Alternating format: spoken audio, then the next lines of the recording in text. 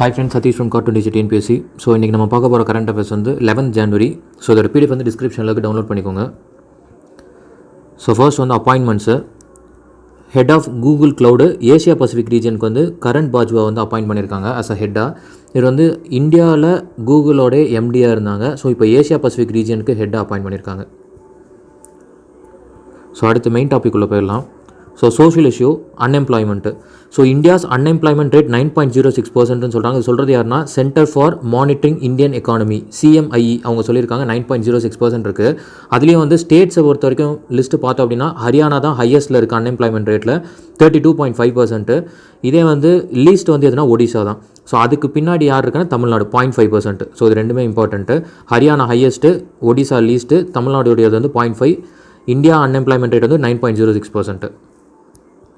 So third programs and ப்ராஜெக்ட்ஸில் inland water transport எங்கன்னா வெஸ்ட் பெங்காலில் அதுக்கு வந்து $105 million வந்து சேங்ஷன் பண்ணியிருக்காங்க. யார் சப்போர்ட் பண்ணுறாங்கன்னா world bank. So government of India, West Bengal government and with sign பண்ணியிருக்காங்க வேர்ல்டு பேங்க் கூட. ஸோ $105 million சேங்ஷன் ஆயிருக்கு to improve inland waterways transport infrastructure கொல்கட்டாவில். ஸோ அடுத்து செகண்ட் பாயிண்ட்டு, இது வந்து நேற்றே நான் கொடுத்துருந்தேன். ஆக்சுவலி ஒரு டைப்பிங் எரரில் குஜராத்துன்னு சொல்லி போட்டிருந்தேன். அது ஆக்சுவலி ஆன்சர் குஜராத்தில் Madhya Pradesh. So floating solar project எங்கன்னா Omkareshwar dam on Narmada river. So இது எங்கன்னா நான் வந்து குஜராத்துன்னு நேற்று போட்டிருந்தேன். அது இல்லை, சப்ஸ்கிரைபர் ஒருத்தர் மென்ஷன் பண்ணவும் தான் பார்த்துட்டு எனக்கு நான் கொஞ்சம் நோட் பண்ணேன் இந்த ஃபேக்ட்டு. ஸோ குஜராத் தான் ஆன்சர், மத்திய பிரதேஷ் தான் ஆன்சர், கரெக்ட் ஆன்சர். ஸோ எங்கே இருக்குன்னா அது கன்வா டிஸ்ட்ரிக் அது. So world largest floating solar energy power project இது. ஸோ ரொம்ப இம்பார்ட்டண்ட்டான கொஸ்டின் இது. ஸோ தேர்ட் வந்து ஃபயர் பார்க் ஒடிசாவில். ஸோ இந்தியாஸ் ஃபஸ்ட்டு ஃபயர் பார்க்குன்னு சொல்கிறாங்க டு பி செட்டப் இன் ஒடிசா. எங்கன்னா ஃபயர் டிபார்ட்மெண்ட் அவங்க அகாடமியில் வந்து செட் பண்ணுறாங்க. ஸோ அவங்களுடைய அகாடமியிலே வந்து செட் பண்ணுறாங்க. அது மட்டும் இல்லாமல் ஒரு வெப் போர்ட்டல் ஒன்று லான்ச் பண்ணியிருக்காங்க அக்னி சம சேவா அப்படின்னு சொல்லி. ஸோ இதுவும் ஒடிசா கவர்மெண்ட் தான் வந்து லான்ச் பண்ணியிருக்காங்க. இது வந்து போர்ட்டலு. அதே போல் ஃபயர் பார்க் வந்து எஸ்டாப்ளிஷ் பண்ணியிருக்காங்க அகாடமிக்குள்ளேயே. எதுக்காகனா to bring awareness on fire safety measures. யாருக்கு? பப்ளிக்கு ஒரு அவேர்னஸ் கொண்டு வரணும் அப்படின்னு சொல்லி. அது மட்டும் இல்லாமல் அந்த எமர்ஜென்சி கிட்டெல்லாம் எப்படி யூஸ் பண்ணணும் அப்படின்னு சொல்லி டெமான்ஸ்ட்ரேஷன்ஸ் இருக்கும். மூவிஸு, ஸோ மூவிஸில் இது பண்ணுவாங்க. ஸோ அதை பற்றின ரெலவெண்ட்டான அவேர்னஸ் வந்து பப்ளிக் கொடுக்குறது தான் இதோட கான்செப்ட். ஒரு குறிப்பிட்ட டைம் வந்து விசிட்டர்ஸ் ஹவர்ஸ் மாதிரி எப்படி ஜூலாம் போய் விசிட் பண்ணுறாங்களோ அதே போல் இதுக்குன்னு ஒரு டைமிங் பீரியட் செட் பண்ணி பப்ளிக் வந்து விசிட் பண்ணுறதுக்கு செட் பண்ணியிருக்காங்க. ஸோ ஒடிசா கவர்மெண்ட் ஃபஸ்ட்டு, இந்தியாவிலே ஃபஸ்ட்டு இது. அடுத்து டாய் கேத்தான் சமிட் இது. இது என்னென்னா யூனியன் மினிஸ்டர் ஆஃப் எஜுகேஷன் யார்? ரமேஷ் பொக்ரியால் அவர்கள் தான். So and textile and women's and child development வந்து ஸ்மிருதி இரானி அவர்களும் சேர்ந்து வந்து லான்ச் பண்ணியிருக்காங்க. என்னது? டாய் கேத்தான் 2021 சொல்லி. ஸோ இது என்னென்னா குறிப்பாக வந்து டாய்ஸ் அண்ட் கேம்ஸ் வந்து டிசைன் பண்ணுறதுக்கு இந்த இதில் வந்து டிசைன் பண்ணுவாங்க. ஸோ அது வந்து குறிப்பாக என்னென்னா இட் இஸ் இந்தியன் ஹிஸ்ட்ரியை பேஸ் பண்ணுது. Indian history, civilisation, ethos and culture. So இதை பேஸ் பண்ண மாதிரி கேம்ஸ் அண்ட் டாய்ஸ் வந்து கிரியேட் பண்ணணும் இண்டிஜினியஸாக அப்படின்னு சொல்லியிருக்காங்க டாய் கேத்தான். ஸோ ஃபிஃப்த் வந்து இக்கானமி. ஜிஎஸ்டியை பொறுத்த வரைக்கும் 1.5 lakh crore வந்து கலெக்ட் ஆயிருக்குன்னு சொல்லி டிசம்பரில் வந்து சொல்லியிருக்காங்க ரெவன்யூ டிபார்ட்மெண்ட்டு.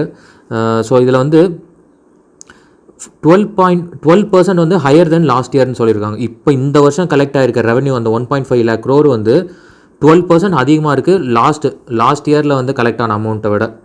ஸோ 12% வந்து ஹையர். அடுத்து எஸ்எஃப்பி லைசன்ஸ். எஸ்எஃப்பின்னா ஸ்மால் ஃபினான்ஸ் பேங்க்குங்கிறது அந்த லைசன்ஸ் இது. ஸோ லெண்டிங் பண்ணுறதுக்கு அமௌண்ட் வந்து இப்போ ஸ்டோரிங் இது டெபாசிட்க்கும் லெண்டிங்க்கும் கொடுக்குறது. ஸோ இது வந்து ரிசர்வ் பேங்க் ஆஃப் இந்தியா தான் ஆத்தரைஸ் பண்ணுவாங்க. So Uttar Pradesh based Shivalik mercantile cooperative bank இந்த பேங்க் வந்து இவங்களுக்கு வந்து இந்த எஸ்எஃப்பி லைசன்ஸ் இப்போ கிடச்சிருக்கு. ஸோ இதில் ஒரு சிக்னிஃபிகன்ஸ் என்ன அப்படின்னா ஃபஸ்ட்டு அர்பன் கோஆப்ரேட்டிவ் பேங்க்னு சொல்கிறாங்க. ஸோ இந்த மாதிரி வந்து இந்த எஸ்எஃப்பி லைசன்ஸ் வாங்குறதுல ஸோ இதுதான் ஃபஸ்ட்டு அப்படிங்கிறாங்க. ஃபஸ்ட்டு அர்பன் கோஆப்ரேட்டிவ் பேங்க்கில் இந்த சிவாலிக் மெர்கன்டைல் கோஆப்ரேட்டிவ் பேங்க் வந்து வாங்கியிருக்கு எஸ்எஃப்பி லைசன்ஸ். இது வந்து உத்தரப்பிரதேசில் இருக்கக்கூடிய ஒரு பேங்க். ஸோ அடுத்து 9th பாலிட்டி. அசம்பிளி எலெக்ஷன்ஸ் வந்து நடக்க போகுது இந்த 21ல். எந்தெந்த இதுக்கு நடக்க போகுது அப்படின்னா Tamil Nadu, Kerala, west Bengal and Assam. So இந்த 4 ஸ்டேட் வந்து நடக்க போகுது. இதில் சீஃப் எலக்ட்ரல் ஆஃபீஸர் எலெக்ஷனை வந்து கண்டக்ட் பண்ணுறது யார்? ஒரு ஸ்டேட்டுக்கு வந்து சீஃப் எலக்ட்ரல் ஆஃபீஸர் தான் வந்து ஸ்டேட் அசம்பிளி எலெக்ஷனை கண்டக்ட் பண்ணுவாங்க. ஸ்டேட் எலெக்ஷன் கமிஷனர்ஸ் அப்பாயிண்ட் பண்ணியிருப்பாங்க இல்லையா, அது வந்து பஞ்சாயத்து எலெக்ஷனை கண்டக்ட் பண்ணுறவங்க தான் அவங்க பண்ணுவாங்க. ஸோ அசம்பிளி எலெக்ஷனை கண்டக்ட் பண்ணுறது சீஃப் எலக்ட்ரல் ஆஃபீஸர்ஸ் தான் கண்டக்ட் பண்ணுவாங்க. டிஸ்ட்ரிக்ட் கலெக்டர்ஸ் வந்து டிஇஓவாக இருப்பாங்க, டிஸ்ட்ரிக்ட் எலக்ட்ரல் ஆஃபீஸர்ஸாக இருப்பாங்க. ஸோ இதை வந்து அப்பாயிண்ட் பண்ணுறது யார் அப்படின்னா எலெக்ஷன் கமிஷன் ஆஃப் இந்தியா தான் அப்பாயிண்ட் பண்ணுவாங்க. ஸோ இப்போ யார் தமிழ்நாட்டில் இருக்கா அப்படின்னா சத்யபிரதா சாஹூ அவர்கள் தான் வந்து தமிழ்நாட்டினுடைய சிஇஓ. அதே போல் கேரளாவுக்கு வந்து டீகாராம் மீனா, அசாமுக்கு வந்து Mukesh C Sahoo and west Bengal வந்து ஆரிஸ் அஃப்தப். ஸோ இவங்க 4 தான் சீஃப் எலக்ட்ரல் ஆஃபீஸர்ஸாக இருக்காங்க இந்த 4 கன்சர்ன் ஸ்டேட்ஸில். ஸோ அடுத்து 12th வந்து ஸ்பேஸ் ஃப்ளைட் சர்ஜன்ஸ் அப்படின்ற அதை வந்து யார் அனுப்பியிருக்காங்கன்னா இஸ்ரோ வந்து ரஷ்யாவுக்கு அனுப்பியிருக்காங்க. இந்த ரஷ்யாவில் வந்து ட்ரைனிங் முடித்தோன்னே எங்கே போவாங்கன்னா ஃப்ரான்ஸுக்கு போவாங்க. ஸோ இது எதுக்காக அனுப்பிச்சிருக்காங்க அப்படின்னா set 2 flight surgeons will soon fly to Russia. எதுக்காகனா to get experience in space medicine. ஏன்னா இந்த ககன்யான் மிஷன் நம்ம பிளான் பண்ணிட்டு இருக்கோம், இந்தியாவோட first human space flight mission. So அந்த மிஷனுக்கு அனுப்புறதுக்காக ஒரு ஸ்பேஸ் மெடிசன் ரெலவெண்ட்டாக 2 ஃப்ளைட் சர்ஜன்ஸ் வந்து அனுப்பியிருக்காங்க, சென்ட் பண்ணியிருக்காங்க. இவங்க யார் அப்படின்னா இவங்க வந்து இந்தியன் ஏர்ஃபோர்ஸில் இருக்கக்கூடிய டாக்டர்ஸ், குறிப்பாக ஏரோஸ்பேஸ் மெடிசனில் அவங்க ஸ்பெஷலைஸ் பண்ணியிருப்பாங்க. ஸோ அதில் வந்து 2 பேரை தேர்வு பண்ணி அனுப்பிச்சிருக்காங்க. ஆல்ரெடி இந்த ககன்யான் மிஷனுக்கு வந்து இந்தியன் ஏர்ஃபோர்ஸ்லேருந்து 4 பைலட்ஸ் வந்து செலக்ட் பண்ணி ஆல்ரெடி அவங்களும் ட்ரைனிங் நடந்துட்டுருக்கு. ஸோ இப்போ வந்து 2 ஃப்ளைட் சர்ஜன்ஸ் வந்து அனுப்பியிருக்காங்க. எங்கே அனுப்பியிருக்காங்க ரஷ்யான்னு பார்த்தாச்சு. ரஷ்யாவில் எங்கே போகிறாங்க அப்படின்னா இந்த UA Gagarin research and test cosmonaut training centre, இந்த சென்டருக்கு தான் அனுப்புகிறாங்க. மாஸ்கோ பக்கத்தில் இருக்குது. ஏன் இந்த சென்டர் பேர் யூகரின் அப்படின்னா அங்கே யூரி காக்ரின் அப்படிங்கிறவங்க, ஸோ யூரி காக்ரின்றவர் தான் வந்து ஃபஸ்ட்டு ஹியூமன் டு ஜேர்னி பண்ணியிருக்காரு இந்த அவுட்டர் ஸ்பேஸை. ஸோ எப்போனா 1961. ஸோ அதனால் அவருடைய பேர் வச்சு தான் இந்த UA Gagarin research and test cosmonaut training சென்டர்னு சொல்லி நேம் பண்ணியிருக்காங்க ரஷ்யாவில். ஸோ அடுத்து ஜாகிரஃபி 14th டாபிக் நம்ம ஜாகிரஃபி என்னது வெனாடியம் மேப். ஸோ வெனாடியம்ன்றது என்னென்னா இந்த geological survey of India exploration being carried out. எங்கன்னா அருணாச்சல் பிரதேஷில் ஒரு எக்ஸ்ப்ளோரேஷன் பண்ணிகிட்டு இருக்காங்க. ஸோ அந்த அருணாச்சல் பிரதேஷ் என்ன சொல்கிறாங்கன்னா ஸ்லீப்பிங் ஹைட்ரோ பவர் ஜெயண்ட் அப்படிங்கிறாங்க. ஸ்லீப்பிங் ஹைட்ரோ பவர் ஜெயண்ட்டு இவங்க வந்து இந்த அருணாச்சல் பிரதேஷ் வந்து இந்த வெனாடியம் வந்து ப்ரொடியூஸ் பண்ணுறதுல வந்து ஒரு டாப் மோஸ்ட் பிளேயராக மாறதுக்கான வாய்ப்புகள் இருக்குது அப்படின்னு சொல்லி ஜாலஜிக்கல் சர்வே ஆஃப் இந்தியா சொல்லியிருக்காங்க. ஸோ இந்த வெனாடியமோட சிம்பிள் என்னன்னா V. ஸோ இதோட அட்டாமிக் நம்பர் வந்து 23. ஸோ இப்போ என்ன சொல்கிறாங்க, இது வந்து ஒரு ஹை வேல்யூ மெட்டலுங்கிறாங்க இந்த வெனாடியம்ங்கிறது. இந்த வெனாடியம் வந்து ஒரு ஹை வேல்யூ மெட்டல்.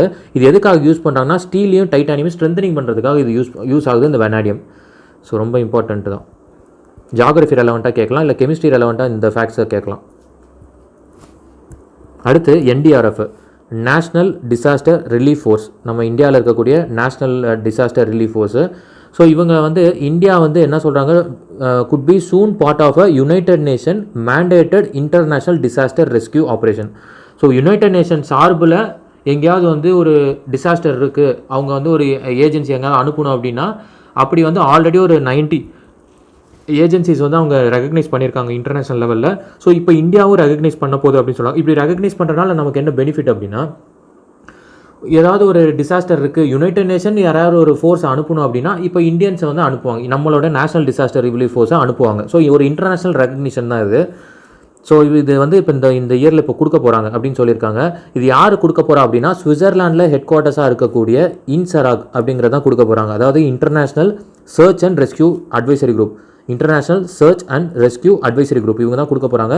இவங்க வந்து யுனைடெட் நேஷன் கீழே இருக்கக்கூடிய ஒரு இதுதான் டீம், இதுதான் அது. ஸோ இன்சராக். ஸோ இவங்க கொடுக்கும் பட்சத்தில் நம்ம வந்து ஒரு இன்டர்நேஷ்னல் ரெகக்னிஷன் நம்ம NDRFக்கு கிடைக்கும், நேஷனல் டிசாஸ்டர் ரிலீஃப் ஃபோர்ஸ்க்கு. அடுத்து Arctic search. Government of India released draft Arctic policy ஒன்று ரிலீஸ் பண்ணியிருக்காங்க. இந்த பாலிசியை வந்து செயல்படுத்த போகிறது யார் அப்படின்னா national centre for polar and ocean NCPOR will be the nodal agency for implementation. இந்த பாலிசி இம்ப்ளிமெண்ட் பண்ணுறது இவங்க தான் பண்ண போகிறாங்க. ஸோ 2008 நமக்கு வந்து ஒரு ரிசர்ச் ஸ்டேஷன் அங்கே ஒரு இருக்குது, அது பேர் என்ன ஹிமத்ரி அப்படிங்கிறாங்க. அது நார்வேல செட் பண்ணியிருக்காங்க.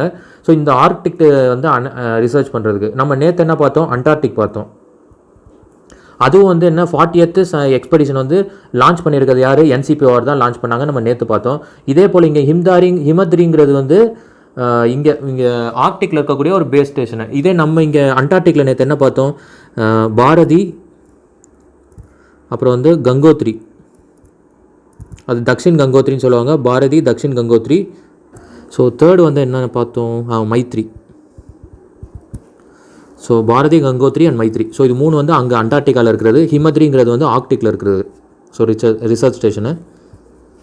ஸோ அடுத்து climate of India, Indian meteorological department வந்து ஒரு ரிப்போர்ட் ரிலீஸ் பண்ணியிருக்காங்க. கிளைமேட் ஆஃப் இந்தியா 2020 எப்படி இருக்குது அப்படின்னு சொல்லி. இது ஜாகிரஃபியில் கிளைமேட்னு ஒரு டாபிக் இருக்குது. அதில் வந்து இப்போ கரண்ட் அஃபேர் பேஸ் பண்ண ஒரு இம்பார்ட்டன்ட் டாபிக்ஸ் இது. ஸோ இதில் IMD வந்து அவங்களோட வேலை என்னென்னா மானிட்டர் பண்ணுவாங்க, சைக்ளோன்ஸ் உருவாகுதா அப்படின்னு சொல்லி மானிட்டர் பண்ணி அந்த கண்ட்ரீஸ்க்கு வந்து என்ன, அந்த ரீஜனில் இருக்கக்கூடிய கண்ட்ரீஸ்க்கு வந்து இஷ்யூ பண்ணுவாங்க. எந்த ரீஜன்னா northern Indian ocean region. So இங்கே இருக்கக்கூடிய ரீஜனில் இருக்கக்கூடிய கண்ட்ரீஸ்க்கு வந்து வார்னிங் வந்து இஷ்யூ பண்ணுவாங்க. ஸோ அதான் ஐஎம்டி இந்தியன் மெட்ரலாஜிக்கல் டிபார்ட்மெண்ட் பண்ணுறாங்க. இந்த இயரில் வந்து உத்தரப்பிரதேஷ் அண்ட் பீகார் தான் இருக்கிறதுலே ரொம்ப ஹார்டஸ்ட் ஹிட், ரொம்ப பாதிக்கப்பட்டுச்சு அப்படின்னு சொல்கிறாங்க உத்தரப்பிரதேஷ் அண்ட் பீகார். ஸோ இப்போ இந்த சைக்ளோன் ரெலவெண்ட்டாக ஃபேக்ட் பார்த்தோம் அப்படின்னா 2020 மொத்தம் 5 சைக்ளோன்ஸ் உருவாயிருக்குன்னு சொல்கிறாங்க. ஸோ அதில் வந்து நார்த் இந்தியன் ஓஷன் ரீஜனில் மட்டும். ஸோ அதில் அரேபியன் சி, ஸோ இந்த பக்கம் வந்து 2 இருக்குது, நிசர்கா அண்ட் காட்டி. இந்த சைடு பே ஆஃப் பெங்காலில் 3 இருக்குது, Nivar, Amphan and cyclone. So Nivar அது ஆம்பனு, இது நிவர், புரேவி. ஸோ மொத்தம் 5 இது வந்து இந்த இயரில் மட்டும் ஃபார்ம் ஆயிருக்கு. இதில் ரொம்ப இம்பார்ட்டன்ட்னா எந்த சைடு அரேபியன் சி சைடு என்ன, பே ஆஃப் பெங்கால் சைடு எதுன்னு பார்த்துக்கணும். ஸோ அது ரொம்ப இம்பார்ட்டன்ட்டு. நேற்று வந்து பேர்ட் ஃப்ளூ பார்த்துருந்தோம் ஆல்ரெடி. ஸோ இப்போது இந்த பேர்ட் ஃப்ளூ வந்து கேரளா தான் வந்து இந்தியாவில் ஃபஸ்ட்டு இருக்குது. எதில் ஃபஸ்ட்டுனா ஸ்டேட் டிசாஸ்டராக இதை வந்து அனௌன்ஸ் பண்ணியிருக்காங்க. ஸோ பேர்ட் ஃப்ளூ வந்து ஸ்டேட் டிசாஸ்டராக அனௌன்ஸ் பண்ணது ஃபஸ்ட்டு ஸ்டேட் வந்து கேரளா. நம்ம இது வரைக்கும் என்ன பார்த்தோம், 4 ஸ்டேட்ஸில் ஸ்ப்ரெட் ஆகிட்டு இருக்குன்னு சொல்லி பார்த்தோம். அதில் குறிப்பாக உத்தரகாண்ட்லலாம் வந்து மைக்ரேட்டரி பேர்ட்ஸ் வந்து பாதிப்புள்ளாகிட்டு இருக்கு அப்படின்னு சொல்லி பார்த்துருந்தோம். ஸோ இப்போ என்னென்னா, இப்போ நேற்று நியூஸில் என்ன சொல்லியிருக்காங்கன்னா மொத்தம் 7 ஸ்டேட்ஸ் வந்து இது போல் கன்ஃபார்ம் பண்ணியிருக்காங்க, பேர்ட் ஃப்ளூவோட ப்ரெசன்ஸ் வந்து கன்ஃபார்ம் பண்ணியிருக்கதா சொல்லியிருக்காங்க. கேரளா வந்து becomes the first state to declare state disaster. So அடுத்து 15th வந்து மிஸ்லீனியஸில் இந்த பிளேன் கிராஷ் வந்து நம்ம முந்தா நேற்று பார்த்துருந்தோம். ஸோ சம்டைம்ஸ் வந்து அந்த ஃப்ளைட்டை பற்றின டீட்டெயில்ஸ் கேட்டிருக்காங்க அதுக்கு முன்னாடி. ஸோ அதனால் எழுதியிருக்கேன். ஸோ ஸ்ரீ விஜயா போயிங் 737-500 தான் அந்த ஃப்ளைட்டோட நேமு. ஸோ இது எங்கே கிராஷ் ஆகிருக்குன்னா ஜாவாசியில், இந்தோனேஷியாவில் இருந்து தான் கிளம்பிச்சு. ஸோ ஜாவாசி அது எங்கேருந்து அப்படின்னா இந்த சோக்கர்னோ ஹட்டா இன்டர்நேஷனல் ஏர்போர்ட்லேருந்து தான் கிளம்பி ஒரு 10 மினிட்ஸ்லேயே வந்து ஜாவாசியில் கிராஷ் ஆயிடுச்சு. இன்றைக்கி வந்து இது கண்டுபிடிச்சாங்க, பிளாக் பாக்ஸ் வந்து கண்டுபிடிச்சிட்டாங்க. ஸோ அதை பற்றி அனலைஸ் போயிட்டுருக்கு, அது எதனால் அந்த ஆக்சிடென்ட் காசு ஆச்சுன்னு சொல்லி போயிட்டுருக்கு. ஸோ நமக்கு அதெல்லாம் அவ்வளோ இம்பார்ட்டன்ட் இல்லை, ஜஸ்ட் இது மட்டும் இந்த நேம் மட்டும் ஞாபகப்படுத்தணும், இந்தோனேஷியாவில். அடுத்து ஸ்கூல் பேக்ஸு. டெல்லி கவர்மெண்ட் வந்து என்ன பண்ணியிருக்காங்கன்னா ஒரு கைட்லைன்ஸ் வந்து இஷ்யூ பண்ணியிருக்காங்க. சில்ட்ரன்ஸ் அவங்களுடைய பாடி வெயிட் வந்து 10% தான் வந்து ஸ்கூல் பேக் இருக்கணும் அப்படின்னு சொல்லியிருக்காங்க. To reduce the school bags weight to be not more than 10%. அதுக்கு மேலே போகக்கூடாது, பாடி வெயிட்டோட இதில் பண்ணும்போது 10% மேலே போகக்கூடாது அப்படின்னு சொல்லியிருக்காங்க.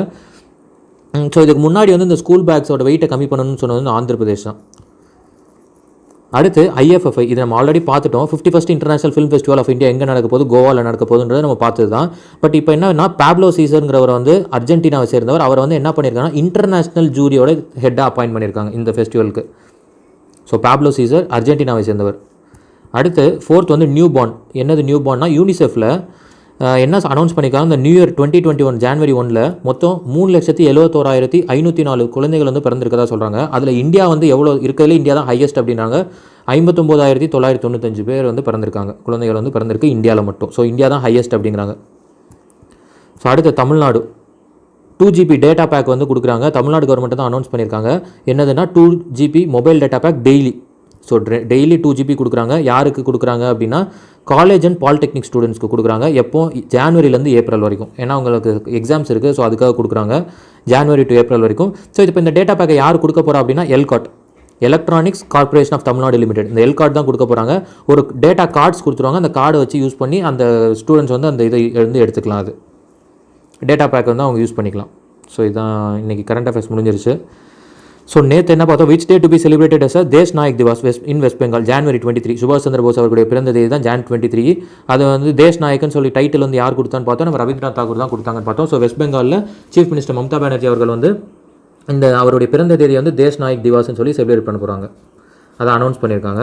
அடுத்து இன்னைக்கு குவிஸ் என்னன்னா, which state is going to set up world largest floating solar energy project. So நேற்று வந்து ஒரு மிஸ்டேக் இருக்குன்னு சொல்லியிருந்தேன், இன்றைக்கும் கரண்ட் அஃபேரில் அதை சொல்லியிருந்தேன். ஸோ அதோட கரெக்ட் ஆன்சர் எதுன்னு சொல்லி கமெண்ட் பண்ணுங்கள். A வந்து மத்திய Pradesh, B Gujarat, C Tamil Nadu, D Rajasthan. So இது அந்த மிஸ்டேக் வந்து யாரும் பண்ணிடக்கூடாதுன்றதுக்காக தான் இந்த கொஸ்டினாக இப்போ கொடுத்துருக்கேன். ஸோ கரெக்டான ஆன்சர் வந்து கமெண்ட் பண்ணுங்கள். Which state is going to set up world largest floating solar energy project தான் முக்கியம். அந்த ஃப்ளோட்டிங் தான் இது ரொம்ப இது. ஸோ எந்த ஸ்டேட்டுன்னு சொல்லி கமெண்ட் பண்ணுங்கள். தேங்க்யூ.